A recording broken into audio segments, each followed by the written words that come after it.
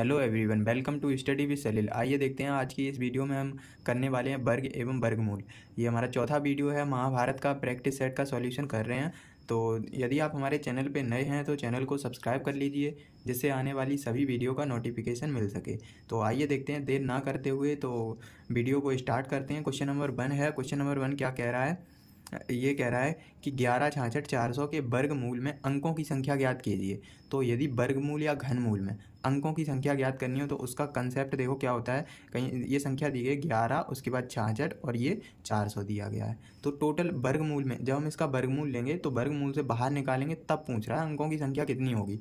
तो यहाँ पे देखो 1 2 3 4 5 6 7 सात अंक दिए गए हैं। 7 को हम 2 से, यदि वर्गमूल है तो हम 2 से डिवाइड करेंगे और घनमूल है तो हम 3 से डिवाइड करेंगे। तो ये हो जाएगा 2 तिया 6 और 2 पंचे 10। तो यहाँ पे कितना आ गया? 3.5। देखो जब भी क्या आएगा पूर्णांक, ये क्या है 3.5। ये जब भी दशमलव के फॉर्मेट में आएगा, जैसे 3.5 आएगा तो हम उसको 4 मानेंगे। जैसे 2.5 आता तो हम क्या मानते? 3 मानते। तो यहाँ पे जैसे 3 आता तो ओनली 3 होगा, 4 होगा तो 4। यानी कि अगर कोई पूर्णांक आएगा तो उससे नेक्स्ट आने वाला जो नंबर है वही हमारा क्या हो जाएगा? वर्गमूल में अंकों की संख्या। तो यहाँ 3.5 है, मैंने इसको 4 मान लिया। तो यहाँ पे अंकों की संख्या कितनी हो जाएगी? 4। तो ऑप्शन नंबर यहाँ पे डी बिल्कुल सही हो जाएगा।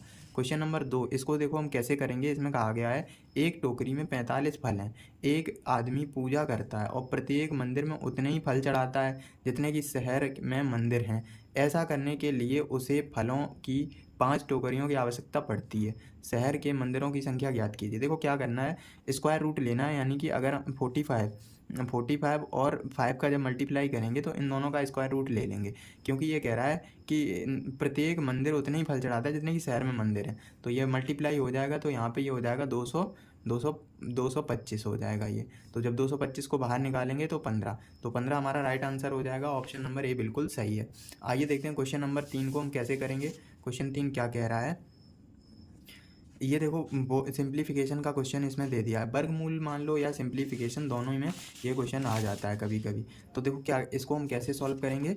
यहाँ पे क्या है 169 है, तो 169 को जब बाहर निकालेंगे 13 हो जाएगा। 13 को इसमें ऐड करेंगे तो ये हो जाएगा 121। 121 को बाहर निकालेंगे तो ये हो जाएगा 11। 11 इसमें ऐड करेंगे तो ये 49। 49 को बाहर निकालेंगे तो ये 7। 7 इसमें ऐड करेंगे 7 7 14, ये हो जाएगा 64।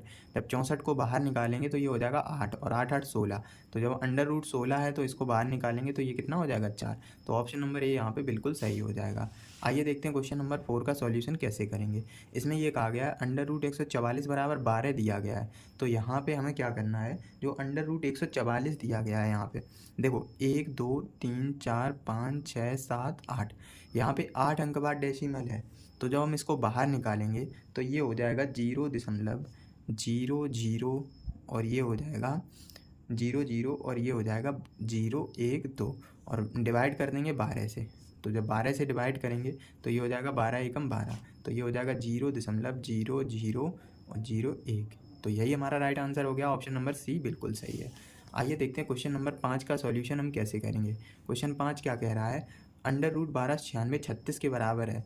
तो इसके इनको हम इनका मान निकालना है। तो देखो जब भी हम अंडर रूट यहाँ पे कितना है 12.96 है, तो इसको जब हम नीचे 100 से भाग देंगे, पूरे अंडर रूट में 100 से भाग देंगे तभी तो इसका डेसिमल हटेगा।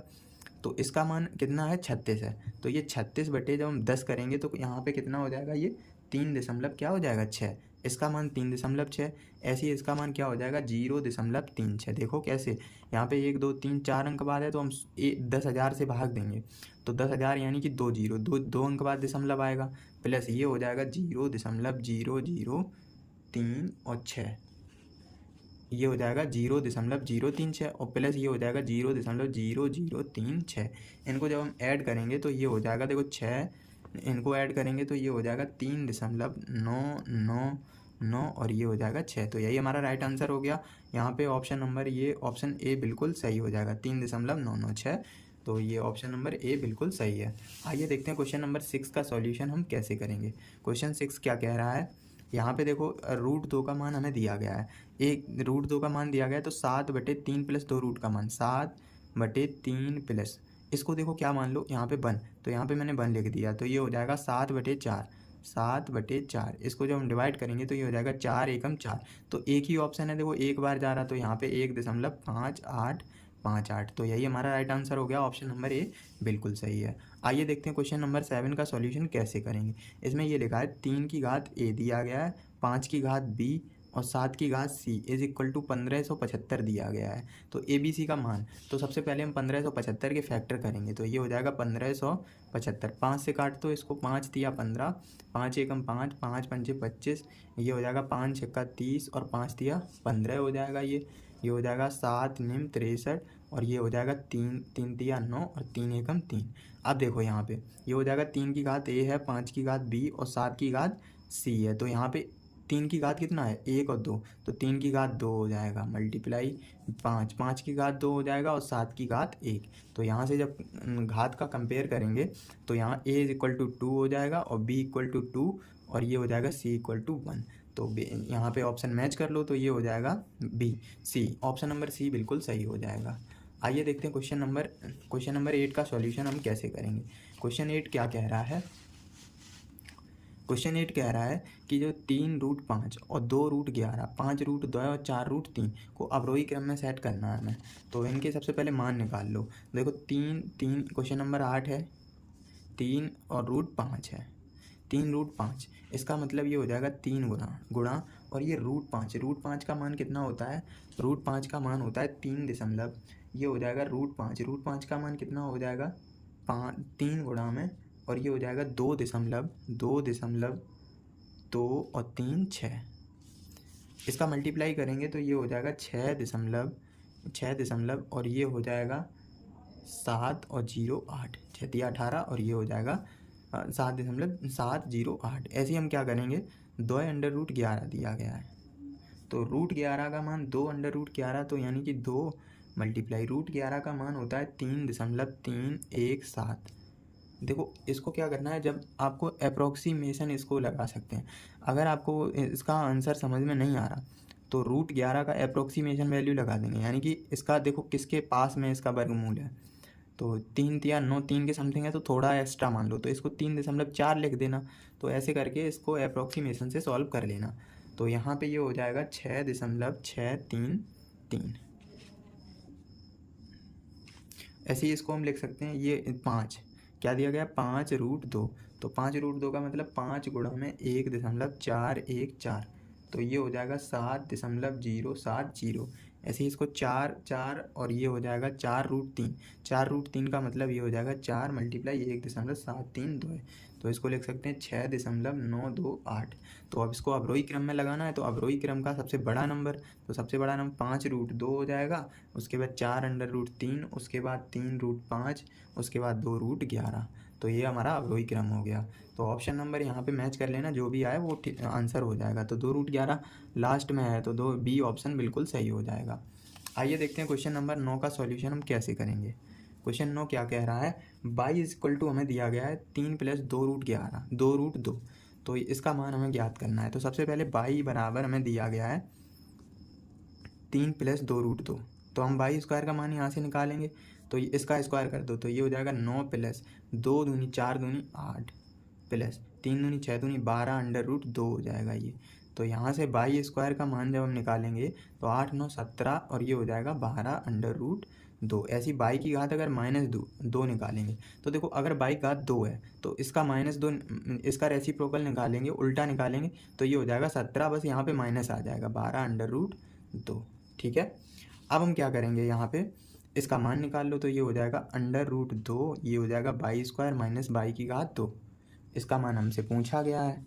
तो यहाँ पे √2 इसका मान रखो, ये हो जाएगा 17, देखो यहाँ पे माइनस हो जाएगा, ये 17 कैंसिल हो जाएगा, तो यहाँ पे 12 दूनी 24 √2, तो इसका जब मल्टीप्लाई करेंगे तो ये हो जाएगा 48। तो 48 हमारा राइट आंसर हो गया, ऑप्शन नंबर यहाँ पे ए बिल्कुल सही हो जाएगा। आइए देखते हैं क्वेश्चन नंबर 10 का सॉल्यूशन कैसे करेंगे। क्वेश्चन 10 क्या कह रहा है, यहाँ पे 4x² है माइनस का xy और प्लस का y स्क्वायर बटे 16, इसका वर्गमूल निकालना है। तो सबसे पहले इसका 2x की घात 2 लिख सकते हैं, माइनस इसको हम y बटे में इसको 4 की घात 2 लिख सकते हैं। अब देखो ये a + a - b का होल ऑफ स्क्वायर बनेगा, a² + b² - 2ab, तो -2ab का मतलब 2 मल्टीप्लाई 2x और मल्टीप्लाई 4/4, यानी कि y/4। तो इसको जब सॉल्व करेंगे तो यही बन जाएगा। तो इसका मतलब ये है 2x माइनस वाई अपॉन 4 की घात 2। ये इसका क्या है, ये इसको हम ऐसे लिख सकते हैं। अब इसका वर्गमूल पूछ रहा है तो वर्गमूल निकाल दो, तो ये 2 घात कैंसिल हो जाएंगी, तो ये हो जाएगा 2x माइनस 4 वाई अपॉन 4 हमारा राइट आंसर हो जाएगा। तो यहाँ पे ऑप्शन नंबर डी बिल्कुल सही है। आइए देखते हैं क्वेश्चन नंबर 11। क्वेश्चन नंबर 11 और 10 सेम ही है, बस थोड़ा बहुत डिफरेंस है। यहाँ पे देखो 27a² माइनस के 36ab और प्लस में 12b²। इसका हमें वर्गमूल निकालना है। तो देखो हम क्या करेंगे, सबसे पहले इसमें से 3 कॉमन ले लो। तो देखो हमने क्या किया, इसमें 3 क्यों कॉमन लिया, क्योंकि 27 जो है वो इसका स्क्वायर नहीं होगा, क्योंकि ये क्यूब है, स्क्वायर नहीं है। तो यहाँ पे 3a² हो जाएगा माइनस ये हो जाएगा 12ab और 3 चौको 12। इतना समझ आया। ये हो जाएगा 3। अब देखो यहाँ पे ये हो जाएगा 3a minus 2b, 3a minus 2b। ये इसका स्क्वायर लिखा है, देखो ध्यान से। अब हमें क्या करना है, इसका वर्गमूल ले दो। तो ये हो जाएगा √3 और ये हो जाएगा 3a माइनस के 2b। तो 3a माइनस 2b किस ऑप्शन में मिला, ऑप्शन नंबर सी यहाँ पे बिल्कुल सही हो जाएगा। आइए देखते हैं क्वेश्चन नंबर 12 का सॉल्यूशन कैसे करेंगे। क्वेश्चन 12 कह रहा है 1 4 और 0, ये हो जाएगा 4 9 2 8। इसमें ये कहा गया घनमूल में अंकों की संख्या। तो हमने क्या कहा था, इसके डिजिट गिन लो, 1 2 3 4 5 6 7 है। तो घनमूल की संख्या, घनमूल में अंकों की संख्या पूछ रहा है, तो 3 से डिवाइड कर दो। 3 दूनी 6 हो जाएगा, दशमलव 3 तिया 9, तो 2.3 आ रहा है। तो यहाँ पे ये 2.3 हमने क्या कहा था, नेक्स्ट नंबर को मानना है। तो ये 2.3 के बाद नंबर क्या हो जाएगा, यहाँ पे ये हो जाएगा 3। तो 3 हमारा राइट आंसर हो जाएगा। ऐसे ही हम क्या करेंगे, क्वेश्चन नंबर 13 भी सेम है। देखो यहाँ पे 9 7 और ये 0 2 9 9 और ये हो जाएगा 3 0। डिजिट गिन लो, 1 2 3 4 5 6 7 8 9। तो 9 को जब हम 3 से डिवाइड करेंगे तो 3 तिया 9। तो अंकों की संख्या कितनी हो जाएगी, 3 हो जाएगी। आइए देखते हैं क्वेश्चन नंबर 14 का सॉल्यूशन कैसे करेंगे। क्वेश्चन 14 कह रहा है, यहाँ पे है √44, √44 को कैसे लिख सकते हैं, 11 चौको 44। तो इसको 2 √11 लिख सकते हैं, प्लस ये हो जाएगा 11 √11 लिख सकते हैं इसको, और माइनस इसको हम लिख सकते हैं 4 √11 और माइनस 275 को हम लिख सकते हैं 5 √11। ये हो जाएगा 11 2 13 √11 माइनस 5 4 9 √11। तो इसका मतलब इसको माइनस करेंगे तो ये हो जाएगा 4 √11। तो 4 √11 हमारा राइट आंसर हो गया। आइए देखते हैं क्वेश्चन नंबर दिया गया है 15। क्वेश्चन नंबर 15 देखो क्या कह रहा है, पूर्ण वर्ग नहीं है। तो सबसे पहले देखो क्या पूर्ण वर्ग कौन सा नहीं है, यहाँ पे देखो 6 4 लास्ट में 1 है, तो 1 भी जैसे हम कोई भी संख्या का जैसे देखो वर्ग करेंगे तो 1 का वर्ग क्या हो जाएगा, 0 1 मिलेगा हमें यूनिट डिजिट। 2 का वर्ग 4 हो जाएगा, 3 का वर्ग 9 हो जाएगा, 4 का वर्ग 16 हो जाएगा, 5 का वर्ग 25 और 6 का वर्ग कितना हो जाएगा 36, 7 ये हो जाएगा 49 और ये हो जाएगा 8 64, 9 का वर्ग 81 और ये 10 का 100। अब इसमें देखो कोई सा भी ऐसा अंक है जिसमें 3 आ रहा हो, यानी कि 1 4 9 6 5 3 नहीं आ रहा ना, तो ऐसा कोई सा भी नंबर नहीं है जिसके लास्ट में 3 आए वो स्क्वायर रूट से बाहर हो। तो ऑप्शन नंबर यहाँ पे ये बिल्कुल सही हो जाएगा, क्योंकि पूर्ण वर्ग नहीं है। तो ये संख्या पूर्ण वर्ग नहीं हो सकती, क्योंकि इसका देखो कोई भी ऐसा नंबर नहीं है जिसका यूनिट डिजिट 3 हो। 6 भी हो सकता है, देखो 6 है, 6 इसका भी है, 4 भी हो सकता है, 4 4 उसके बाद 1 भी हो सकता है, लेकिन 3 ऐसा नंबर नहीं है जो स्क्वायर रूट के बाहर आए। तो ये पूर्ण वर्ग संख्या नहीं हो सकती है। तो ये मेरा चौथा चैप्टर कंप्लीट हो गया, वर्ग एवं वर्गमूल। मिलते हैं नेक्स्ट चैप्टर में, तब तक के लिए बने रहिए हमारे चैनल पे। चैनल को सब्सक्राइब कर लीजिए जिससे आने वाली हर वीडियो का नोटिफिकेशन मिल सके।